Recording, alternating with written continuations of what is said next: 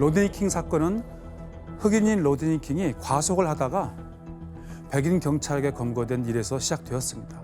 이때 그를 검거하는 과정에서 로드니 킹과 경찰 사이에 실랑이가 있었고 경찰들은 로드니 킹에게 과도한 폭력을 사용했죠.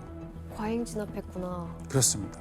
그런데 길 건너편 아파트 단지 발코니에 서 있던 조지 할리데이라는 사람이 우연히 이 모습을 비디오 카메라에 담게 됩니다. 찍었구나. 아, 심했어. 로드니 킹은 이 일로 경찰봉에 81초 동안 무려 56번이나 맞은 탓에 다리골절, 청각장애, 다발성 안면 골절 등 수많은 부상을 입게 됩니다. 결국 로드니 킹을 폭행한 4명의 백인 경찰관들은 구속되었습니다. 하지만 이 사건으로 인해서 흑인 사회의 인종차별에 대한 분노는 말할 수 없을 만큼 고조되었다, 이렇게 이야기할 수 있습니다. 근데 교수님, 이 사건을 어쨌든 백인 경찰이 잘못을 해서 어떻게 보면 이 LA 폭동이 일으킨 건데 왜 흑인들 타겟이 왜 코리아타운을 향하게 된 거예요? 좋은 질문입니다. 그건 바로 로드니 킹 사건이 발생하고 한 2주일 정도 지난 뒤에 벌어진 한 살인 사건 때문이었습니다. 와, 뭔 사건이 또 있네. 바로 한인 이민자 1세대인 두순자 씨가 운영하는 주리점에서 당시 15세 흑인 소녀 라타샤 할린스라는 소녀가 사망을 했던 것입니다. 네? 왜 하필 왜 거기서 죽었어?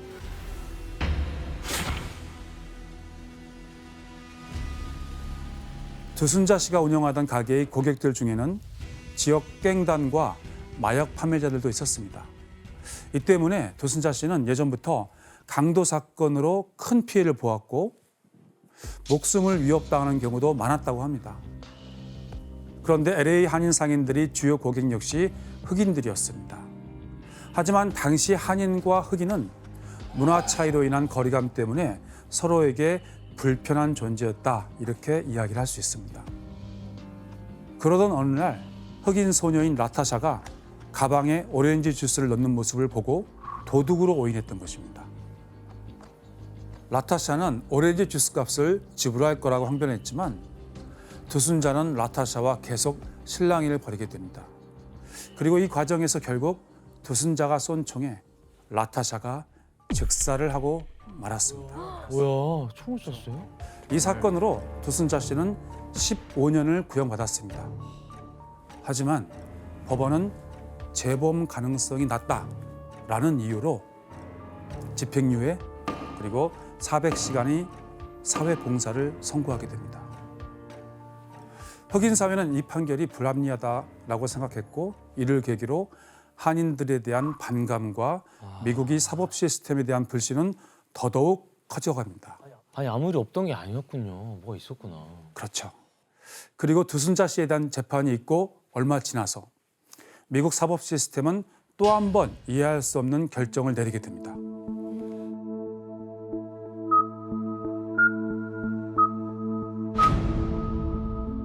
LA 법원이 로드니 킹을 폭행한 백인 경찰 4명에 대한 재판 권한을 LA가 아니라 대략 한 60km 떨어져 있는 시미밸리 지역의 법원으로 옮겼던 것입니다. 교수님, 사건이 벌어진 곳에서 굳이 60km 떨어진 곳으로 법원을 옮긴 이유가 뭐예요? 당시 로드니 킹을 폭행한 백인 경찰 4명에 대한 재판은 배심제를 채택하고 있었습니다. 배심제는 일반 시민들이 배심원으로 재판에 참여해서 원고의 유무죄를 판단하는 제도이죠. 네. 그런데 여기서 중요한 건 다인종 인구로 구성된 LA와 달리 이 시미밸리는 거주자의 70% 이상이 백인들로 구성된 철저하게 백인 중심적인 사회였습니다. 그럼 배심원들을 백인들로 채우기 위해서 저 60km로 옮겼다는 거예요? 미국의 경찰들은 경찰 노조에서 막대한 변호 기금을 가지고 가장 훌륭한 변호인단을 구성해서 보호를 받습니다. 그런데 변호인단들이 주장하는 것은 이너시티 흑인 다수 지역에서 우리가 재판받았을 때 그 지역에서는 공정한 재판을 받을 수가 없다. 이미 편견이 있기 때문에. 그럼 무죄가 나올 가능성이 더 높아지네요. 그렇죠. 그 결과 배심원단으로 선발된 12명 중 10명이 백인이었습니다. 아시아 사람은 1명, 그리고 히스패닉 계열도 1명, 그리고 흑인은 단 1명도 없었습니다. 상당히 편파적인 인종 비율로 구성된 배심원이었다, 이렇게 이야기를 할 수 있습니다. 하지만 이대로 재판은 진행되었고 그 결과가 어땠을 것 같습니까? 무죄네요. 무죄는 아니고 좀 가벼운 처벌. 가벼운 형을 줬을 것 같아요. 경범죄. 네. 로드니 킹을 폭행한 4명의 경찰이 있습니다.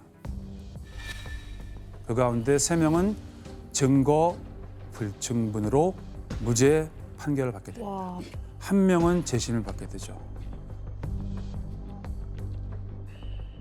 아니 영상이 저렇게 딱 있는데 증거 불충분이라고요? 와, 저거는 흑인 사회가 받아들일 수 없는 결과겠네요. 그렇습니다. 그러자 이 재판을 실시간으로 지켜보고 있던 흑인들이 울분이 폭발하게 됩니다. 그치.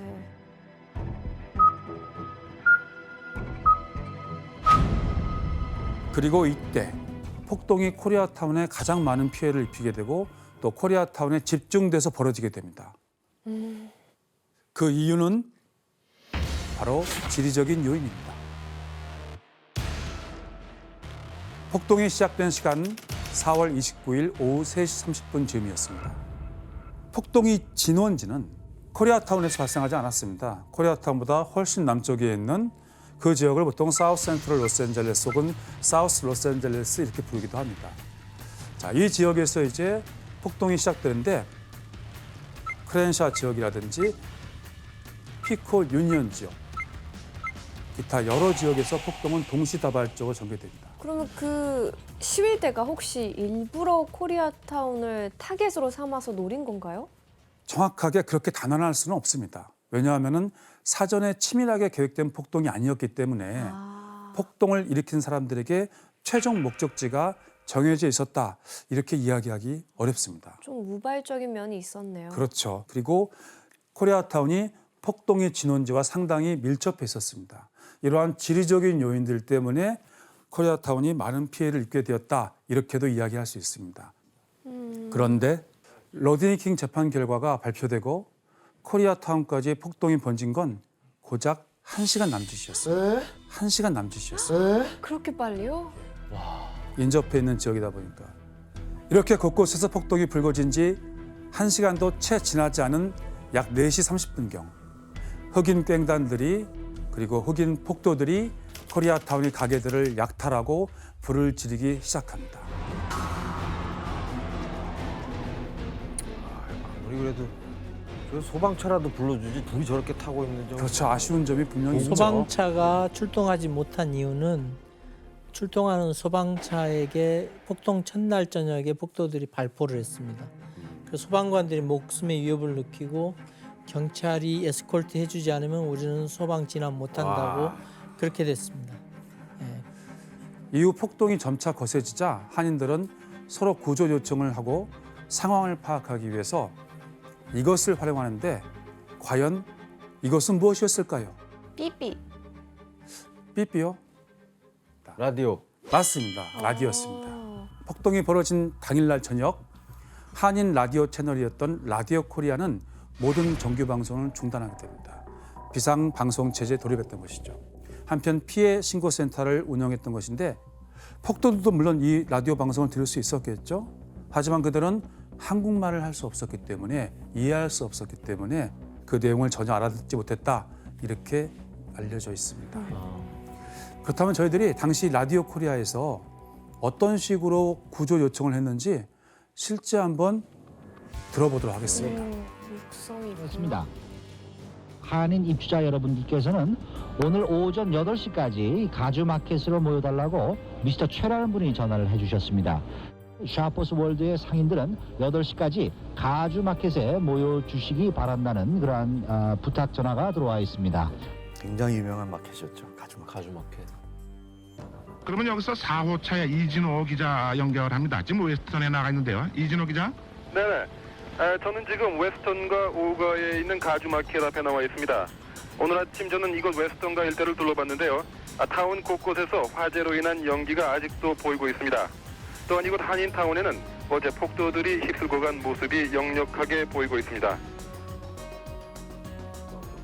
방송국은 뭐 피해가 없었나 봐요. 방송할 수 있었나 봐요. 다행히. 예, 라디오 코리아가 있는 그 지역은 그다지 큰 직접적인 피해는 없었다고 근데 알려져 되게 있습니다. 체계적으로 뭔가 방송하는 음. 특파원 나가 있고 막. 그러니까. 맞습니다. 그리고 한인들은 또 한 가지 방법으로 코리아타운을 방어했습니다. 바로 자경단을 꾸렸던 것이죠. 그러니까 그게 스스로 멋있더라고요. 지켰구나.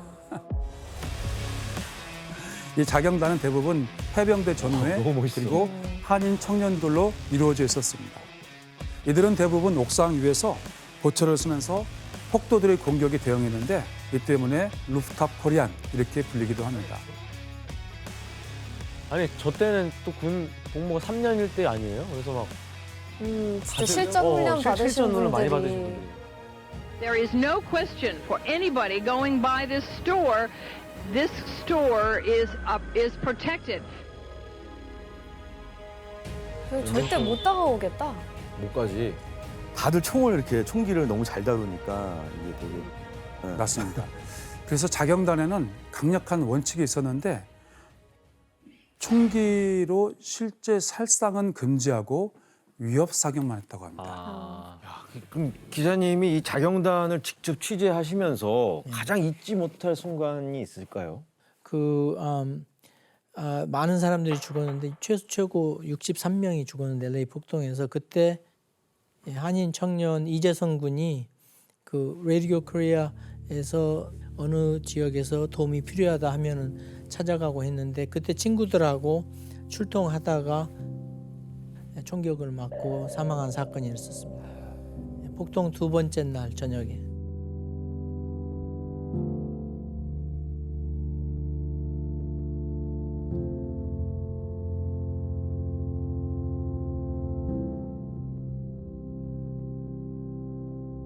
아니 근데 경찰 놈들은 왜 우리 안 도와줬대요? 그렇죠. 이렇게 큰 피해를 입고 있는데 도대체 LAPD는 무엇을 하고 있었을까? 왜 코리아타운을 보호해주지 못했을까? 그 이유는 LA 경찰이 무능함입니다.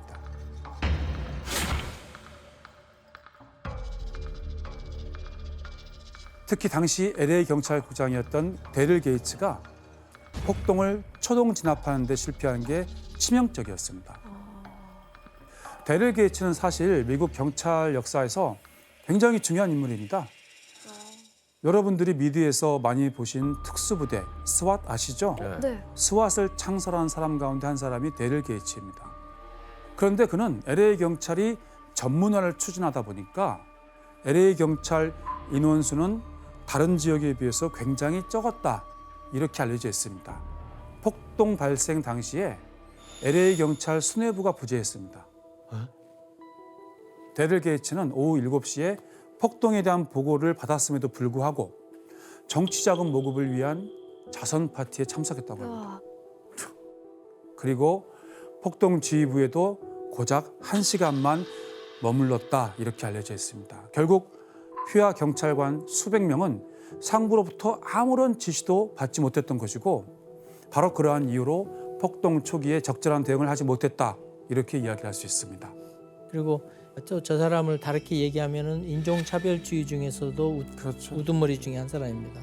저 그래서 LAPD에서 소수민족들에 대한 커뮤니티 폴리싱, 그 주민들하고 같이 호흡을 맞추는 식의 경찰 방법을 택하지 않고 경찰들은 항상 거리감을 두고 소수민족들을 대하는 그러한 방식으로 해왔기 때문에 경찰이 폭동 첫날 철수하라고 지휘관이 명령을 했습니다. 왜냐하면 숫자적으로 폭동을 진압할 경찰 병력이 준비가 안 돼 있었기 때문에. 무능을 떠나서 이거는 방치인데? 그렇죠. 예, 마지막으로 당시 코리아타운 지역에는 전담 경찰서가 없었습니다. 코리아타운은 경찰국 두 곳이 나누어서 맡고 있었던 거예요. 그러다 보니까 폭동이 발생했을 때 어느 경찰서에서 출동할지 서로 합의가 안 되었던 것이고 시간이 걸릴 수밖에 없었다 이렇게 이야기할 수 있습니다. 결국 LA 폭동이 끝난 후에 데릴 게이츠는 직위 해제됩니다. 근데 저는 사실 이해는 안 가요. 뭐 경찰이 적었으면 예, 정부에서 군이라도 투입을 해서라도 아. 이거를 사실 좀 사태를 진정을 시켜야 되는 게 정상적인 거죠. 예, 우리 토니안 씨 정말 좋은 지적이시고 그래서 정부에서는 폭동이 발생한 4월 29일 저녁에 캘리포니아 주 방위군 4,000명을 연방군으로 편성해서 파견했습니다. 그런데 실제로 군인들이 폭동 현장에 투입되는 데 있어서는 더 많은 시간이 걸릴 수밖에 없었습니다.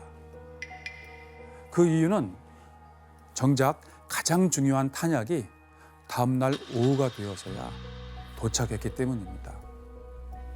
아이고 참. 아니 근데 그러면 그 굉장히 지금 이 긴박한 상황에서 예.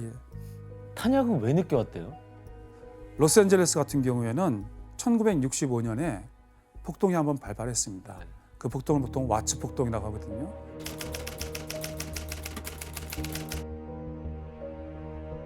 이 1965년 폭동으로부터 대략 한 27년 동안 폭동이 없었던 거예요. 그러다 보니까 주 방위군이 제대로 된 매뉴얼을 갖추지 않았던 것이고 또 탄약을 긴급 이동하는 훈련도 전혀 되어 있지 않았던 것이고 결국에는 미숙한 대처를 할 수밖에 없었다 이렇게 말씀드릴 수 있습니다. 와, 이런 뭐 진압 체계가 전혀 갖춰져 있지 않았네요. 그랬던 것이죠. 그래서 4월 29일에 시작된 폭동은 진압되지 못하고 5월로 이어지게 됩니다. 총체적 난국이었네요. 그냥. 그런데 이때 폭동으로 인해 무고한 사람들이 피해를 보기 시작하자 5월 1일 폭동이 발단이 되었던 러드니 킹이 직접 인터뷰를 하게 됩니다. 오, 당시 러드니 킹이 한 말을 저희 강영원 기자님께서 한번 읽어봐 주시겠습니까?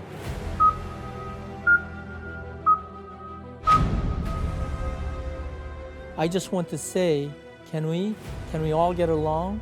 Can we all get along? It's just not right. It's not right, and it's not going to be changing anything. And I just love. I'm neutral. I love every people of color.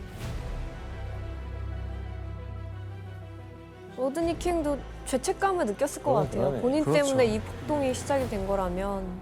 그 당시에 그 프레스 컨퍼런스는 이재성 군이 사망했던 사진이 LA 타임스에서 보도되면서 로드니 킹이 그 사진을 보고 저렇게 얘기합니다. 이 젊은 청년이 죽었다. 이것은 아니다. 폭동을 멈춰달라 호소를 합니다. 이건 아니다 싶었던 거죠. 로드니 킹이 이처럼 우리 모두 함께 갈 수 있지 않을까 그러한 이야기를 한 다음에 이후 다행히 폭동은 점점 줄어들어서 5월 1일을 마지막으로 방화, 약탈은 더 이상 발생하지 않았다고 합니다. 그리고 5월 2일 날 코리아타운이 아닌 무려 10만 명이 거리로 나와서 평화를 외치는 집회를 진행하게 됩니다. 평화 시위.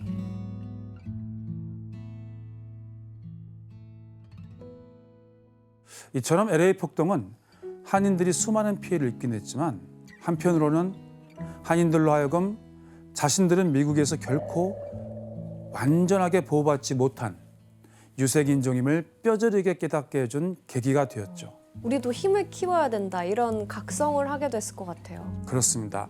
그리고 미국 사회 내에서 소수인종으로서 정치적, 사회적 정체성을 인정받기 위해 노력하게 됩니다.